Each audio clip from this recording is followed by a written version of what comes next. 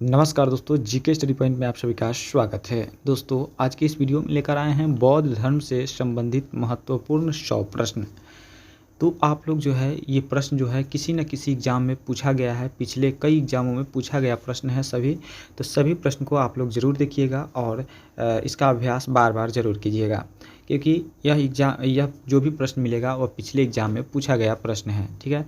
तो शुरू करेंगे आज का प्रश्न। और आज के प्रश्न को शुरू करने से पहले यदि फ्री पीडीएफ चाहिए तो वीडियो के लास्ट में बताएंगे कि कहाँ पे आपको फ्री पीडीएफ मिलेगा, वहाँ से जाकर के आप फ्री पीडीएफ प्राप्त कर सकते हैं।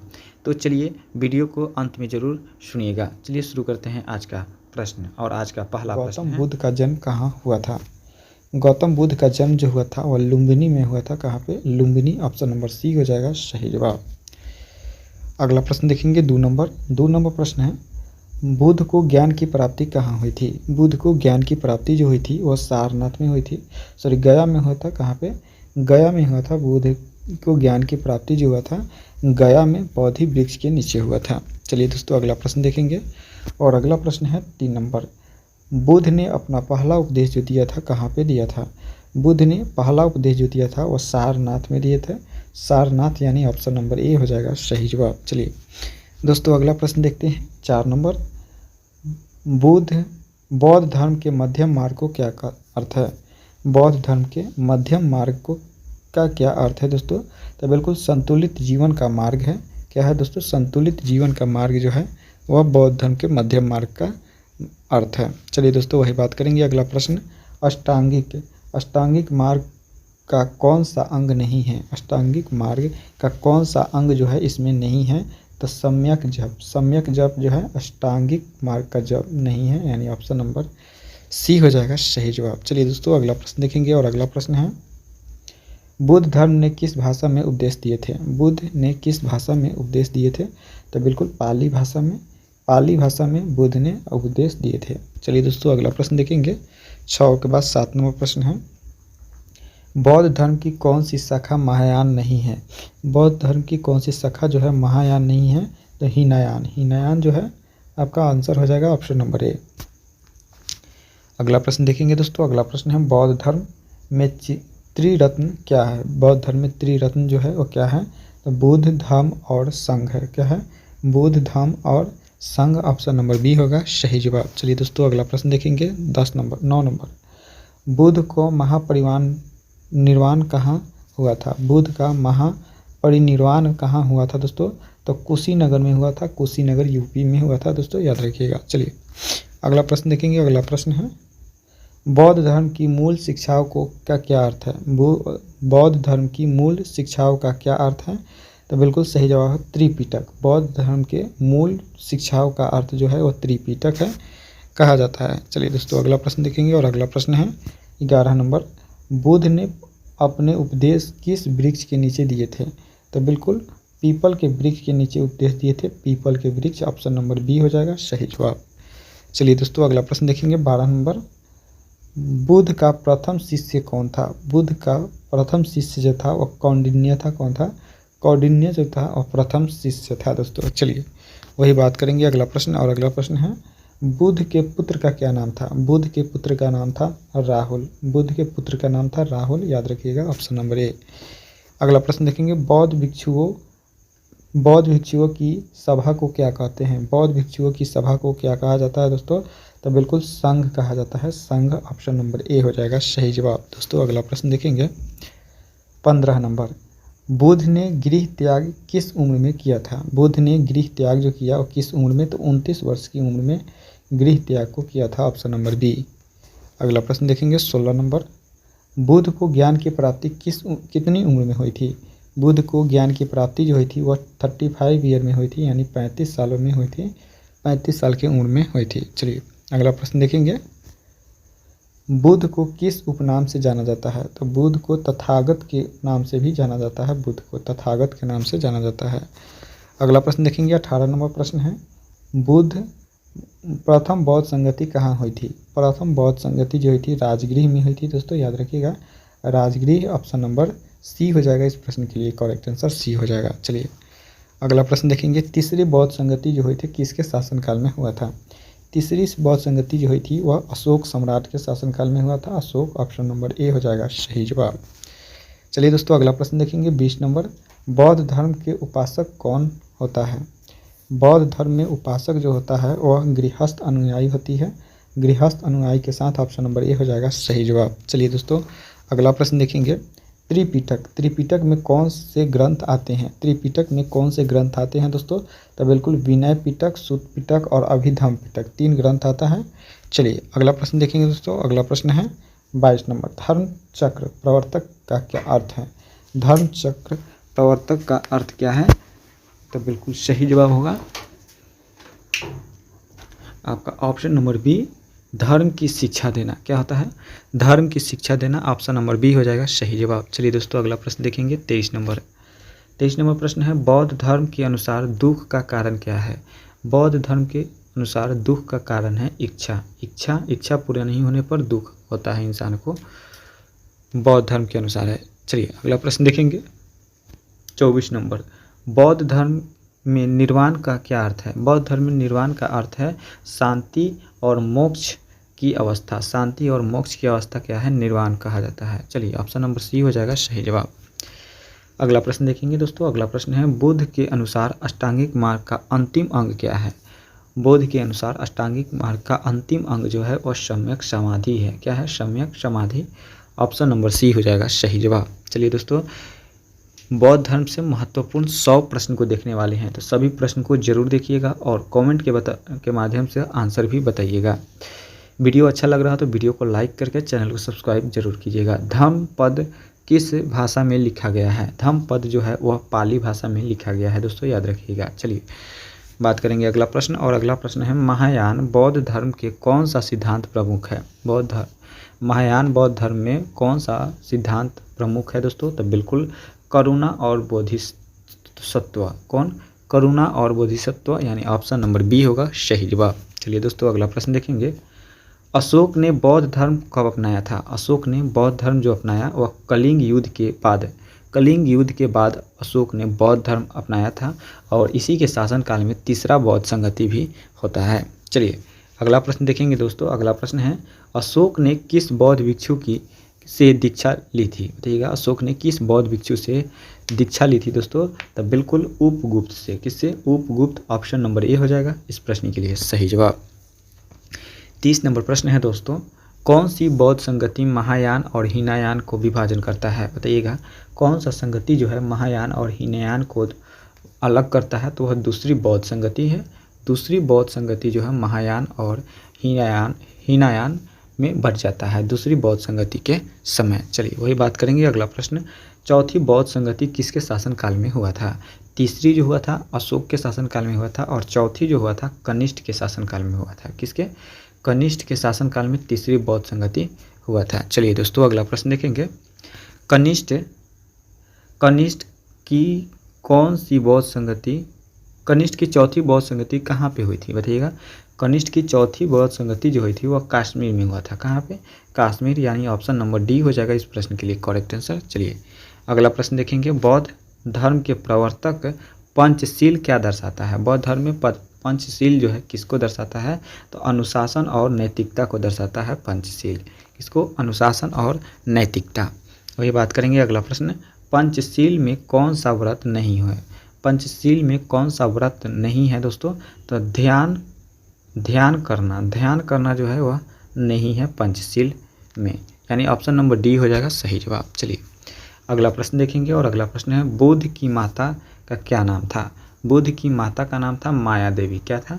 माया देवी, यानी ऑप्शन नंबर ए हो जाएगा सही जवाब। चलिए दोस्तों अगला प्रश्न देखेंगे।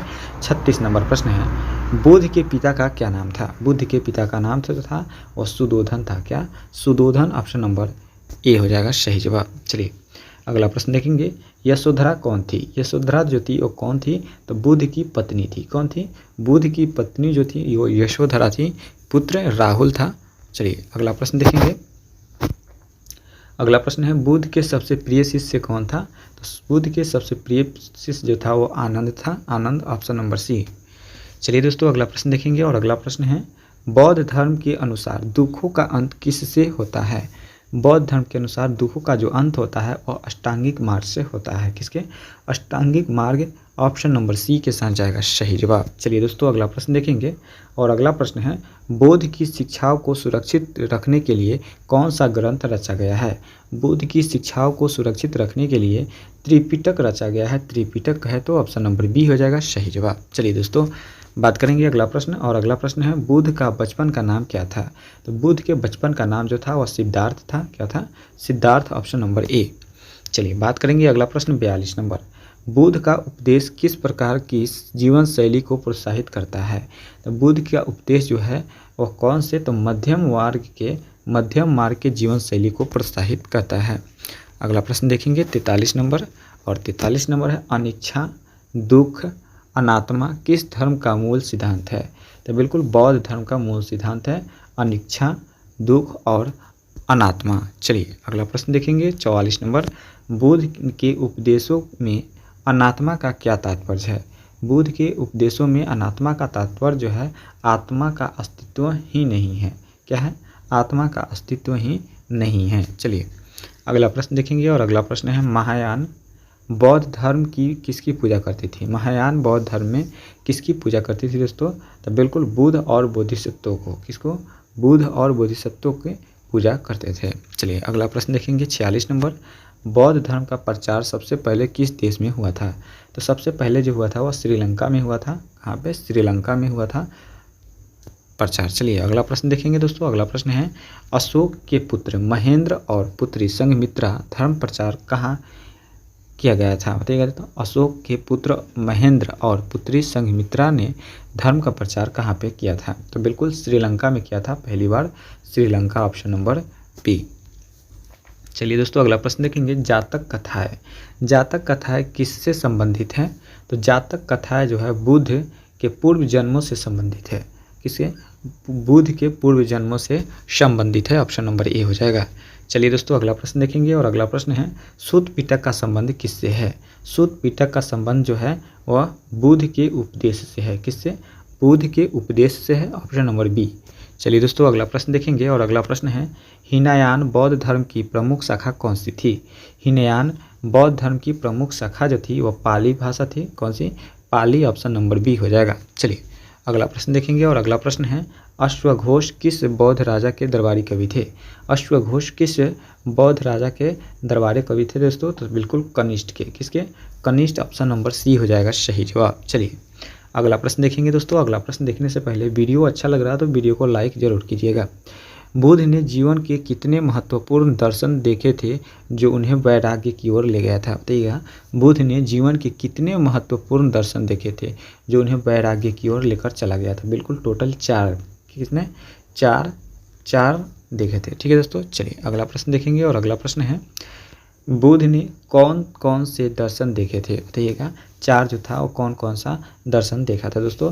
तब बिल्कुल सही जवाब हो जाएगा वृद्ध, रोगी, मृत और सन्यासी। ये 4 लोगों को देखा जिससे इस दुनिया से बुद्ध को वैराग्य हो गया। चलिए अगला प्रश्न देखते हैं और अगला प्रश्न है बौद्ध धर्म में किससे बोधिसत्व कहा जाता है? तो बिल्कुल बोधिसत्व जो कहा जाता है जो दूसरों को भी बोधि प्राप्त करने में सहायता करे। जो दूसरों को बोधि प्राप्त करने में सहायता करे उसे ही बोधिसत्व कहा जाता है। 55 नंबर प्रश्न देखेंगे दोस्तों। बौद्ध धर्म में पुनर्जन्म की समाप्ति को क्या कहा गया है? बौद्ध धर्म में पुनर्जन्म की समाप्ति को क्या कहा जाता है दोस्तों? तब बिल्कुल निर्वाण कहा जाता है। क्या? निर्वाण, यानी ऑप्शन नंबर बी हो जाएगा सही जवाब। चलिए दोस्तों अगला प्रश्न देखेंगे महायान संप्रदाय का मुख्य केंद्र कहाँ था? महायान संप्रदाय का मुख्य केंद्र जो था वह कहाँ पे था दोस्तों? तो बिल्कुल नालंदा में था। नालंदा, ऑप्शन नंबर सी हो जाएगा। चलिए अगला प्रश्न देखेंगे बौद्ध धर्म के प्रचार के लिए अशोक ने किस संस्था की स्थापना की थी? कौन से संस्था की स्थापना किया गया था दोस्तों? तो बिल्कुल धर्म महामात्स्य। क्या? धर्म महामात्स्य, ऑप्शन नंबर ए हो जाएगा सही जवाब। चलिए दोस्तों 58 नंबर प्रश्न देखते हैं 58। महायान में बुद्ध की मूर्ति पूजा का आरंभ हुआ था। बताइएगा कौन से बौद्ध संगति से हुआ था दोस्तों? तो बिल्कुल कनिष्ठ के बौद्ध संगति यानी चौथी बौद्ध संगति से हुआ था, ऑप्शन नंबर सी हो जाएगा। अगला प्रश्न देखेंगे दोस्तों बौद्ध का धर्म किसे कहा गया है? बौद्ध बौद्ध धर्म का धम्म किसे कहा गया है?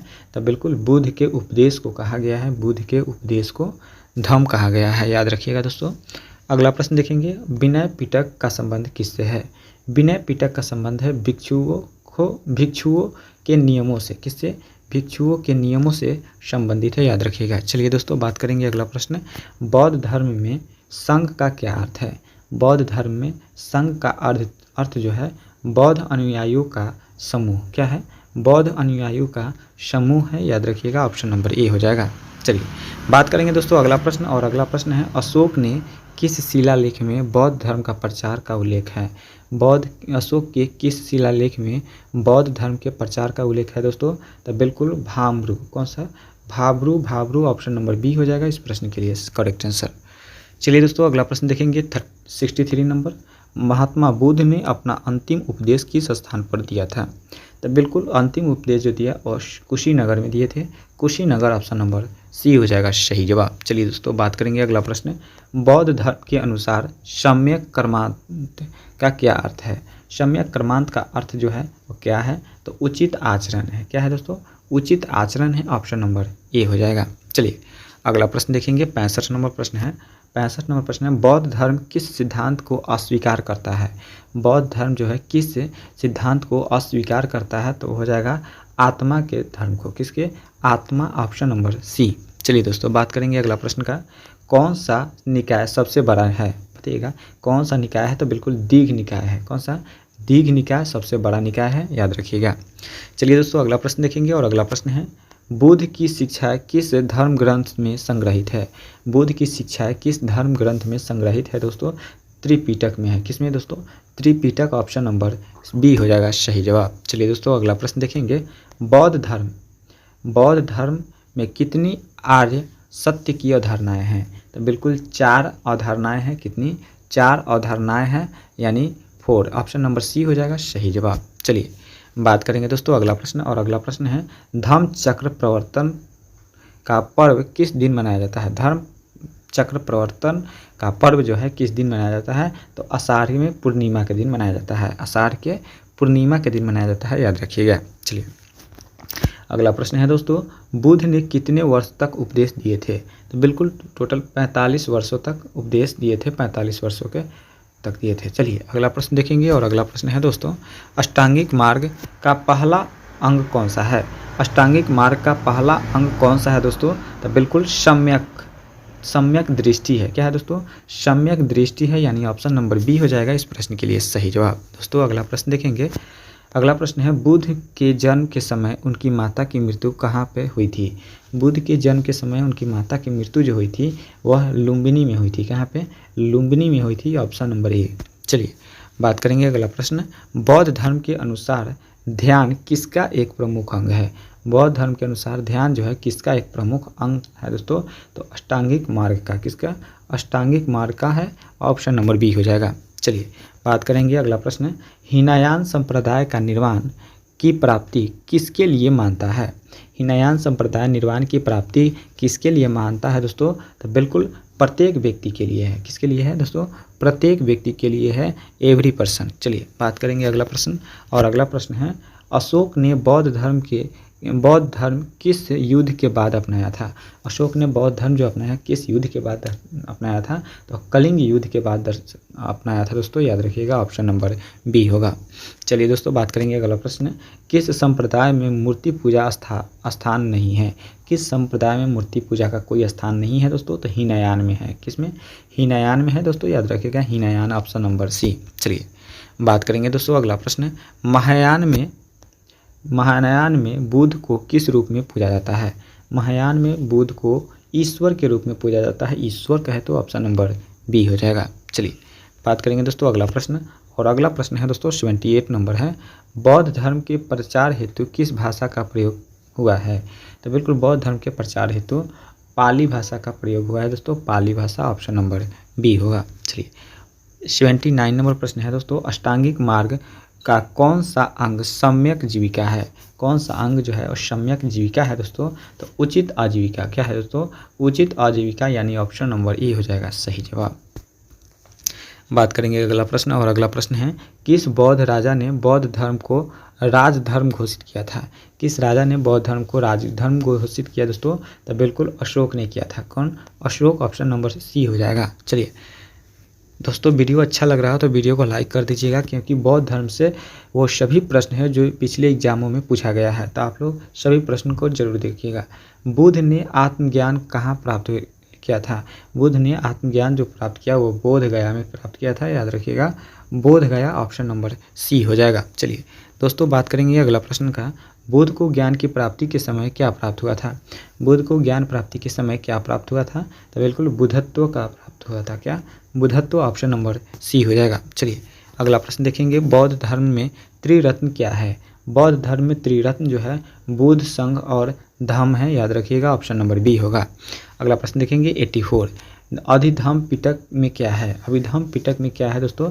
तो दर्शन और मनोविज्ञान है। क्या है दोस्तों? दर्शन और मनोविज्ञान। ऑप्शन नंबर सी हो जाएगा सही जवाब। चलिए वही बात करेंगे दोस्तों। अगला प्रश्न है संघमित्रा कौन थी? बताइएगा, संघमित्रा जो थी वो कौन थी दोस्तों? तो बिल्कुल सही जवाब जो हो जाएगा आपका ऑप्शन नंबर बी, अशोक की पुत्री थी। संघमित्रा जो थी वो अशोक की पुत्री थी, और महेश जो था वह अशोक के पुत्र था। चलिए अगला प्रश्न देखेंगे 86 नंबर।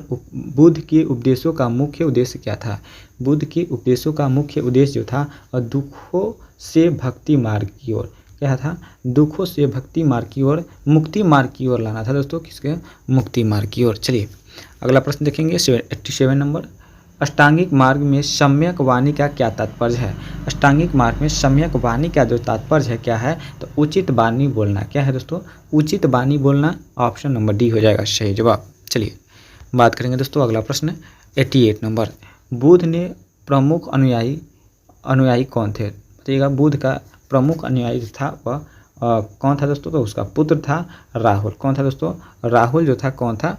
राहुल उनका पुत्र था, याद रखिएगा, पुत्र था, यानी ऑप्शन नंबर ए हो जाएगा इस प्रश्न के लिए सही जवाब। चलिए अगला प्रश्न देखेंगे दोस्तों 89 नंबर प्रश्न है। बौद्ध धर्म में बोधित्व की परिकल्पना कहाँ विकसित हुई थी? बताइएगा, कहाँ पे विकसित हुई थी दोस्तों?